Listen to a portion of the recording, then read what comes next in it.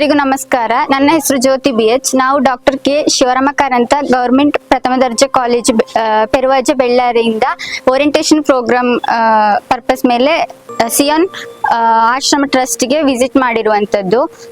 ಫಸ್ಟಿಗೆ ಬರ್ಬೇಕಾದ್ರೆ ನಮಗೆ ಸಿಯಾನ್ ಅಂದ್ರೆ ಅಷ್ಟು ನಮಗೆ ಎಂತ ಆಶ್ರಮದಲ್ಲಿ ಅಂದ್ರೆ ವೃದ್ಧಾಶ್ರಮ ಆ ತರ ಒಂದು ಥಿಂಕಿಂಗ್ ಅಲ್ಲಿ ನಾವು ಇಟ್ಕೊಂಡಿದ್ವಿ. ನೆಕ್ಸ್ಟ್ ಇಲ್ಲಿ ಬಂದಾಗ ಫಸ್ಟಿಗೆ ಸರ್ ನಮಗೆ ಒಂದು ವಿಡಿಯೋದ ಮೂಲಕ ಎಲ್ಲ ಅಂದ್ರೆ ವಾರ್ಡ್ಗಳಾಗಿರ್ಬೋದು, ಅವ್ರಿಗೆ ಕೊಡುವಂತ ಫುಡ್ ಆಮೇಲೆ ಫೆಸಿಲಿಟಿಗಳ ಬಗ್ಗೆ ಎಲ್ಲ ಇನ್ಫಾರ್ಮೇಶನ್ ಕೊಟ್ಟರು. ನೆಕ್ಸ್ಟ್ ನಾವು ವಾರ್ಡ್ಗೆ ವಿಸಿಟ್ ಮಾಡಿದ್ವಿ. ಅಲ್ಲಿ ಬೇರೆ ಬೇರೆ ಡಿಸಾರ್ಡರ್ ಆಗಿರ್ಬೋದು, ಬೈ ಬರ್ತ್ ಆಗಿ ಬರುವ ಮಕ್ಕಳಿಗೆ ಬರುವಂತ ಡಿಸೇಬಲ್ಡ್ ಆ ತರ ಪೇಷಂಟ್ ತುಂಬಾ ಇದ್ದಾರೆ.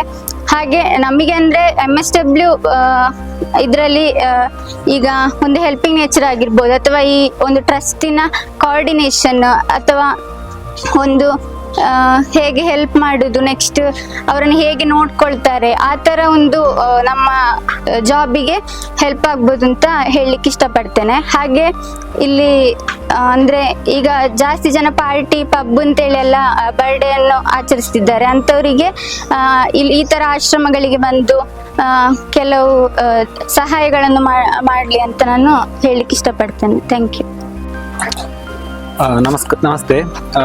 ನಾನು ಇಲ್ಲಿಗೆ ಬರ್ಬೇಕಾದ್ರೆ ಏನೋ ಒಂದು ಥಾಟ್ ಇಟ್ಕೊಂಡು ಬಂದಿದ್ದೆ. ಆದ್ರೆ ಇಲ್ಲಿಗೆ ಬಂದಾಗ ನನ್ನ ಯೋಚನೆಗಳು ಮತ್ತೆ ನಾನು ಇನ್ನು ಮುಂದೆ ಮಾಡಬೇಕಾಗಿರುವಂತಹ ಕೆಲಸಗಳು ತುಂಬಾ ಇದೆ ಅಂತ ಅನಿಸ್ತು.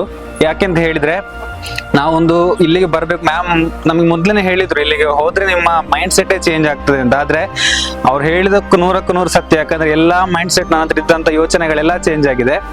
ಏನಂತ ಹೇಳಿದ್ರೆ ನಾವು ಇಲ್ಲಿ ಫಸ್ಟ್ ಅಲ್ಲಿ ವಿಸಿಟ್ ಮಾಡಿದಾಗ ಪ್ರತಿಯೊಬ್ಬರನ್ನು ಅಬ್ಸರ್ವ್ ಮಾಡಿದಾಗ ಆಕ್ಟಿವ್ ಆಗಿದ್ದಾರೆ. ಅವ್ರಿಗೆ ಒಂದು ಆ ಡಿಸಾರ್ಡರ್ ಬಿಟ್ರೆ ಬೇರೆ ಏನೂ ಕೊರತೆ ಇಲ್ಲ.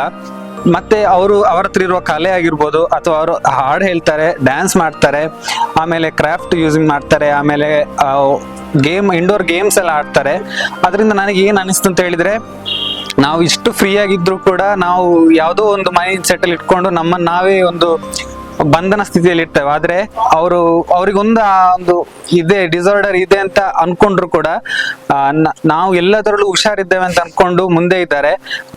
ಪ್ರತಿಯೊಬ್ಬರು ನೋಡಿದಾಗ ಒಂದಕ್ಕಿಂತ ಒಂದು ಏನೋ ಒಂದು ವಿಷಯದಲ್ಲಿ ಅವರು ಒಂದು ಕೌಶಲ್ಯಗಳನ್ನ ಒಳಗೊಂಡಿದ್ದಾರೆ. ಅವರಲ್ಲಿ ಏನೋ ಒಂದು ಇದೆ, ಅವರಲ್ಲಿ ಆ ಡಿಸಾರ್ಡರ್ ಬಿಟ್ರೆ ಬೇರೆ ಏನು ತೊಂದರೆ ಇಲ್ಲ ಅಂತ ನನಗೆ ಅನಿಸ್ತು.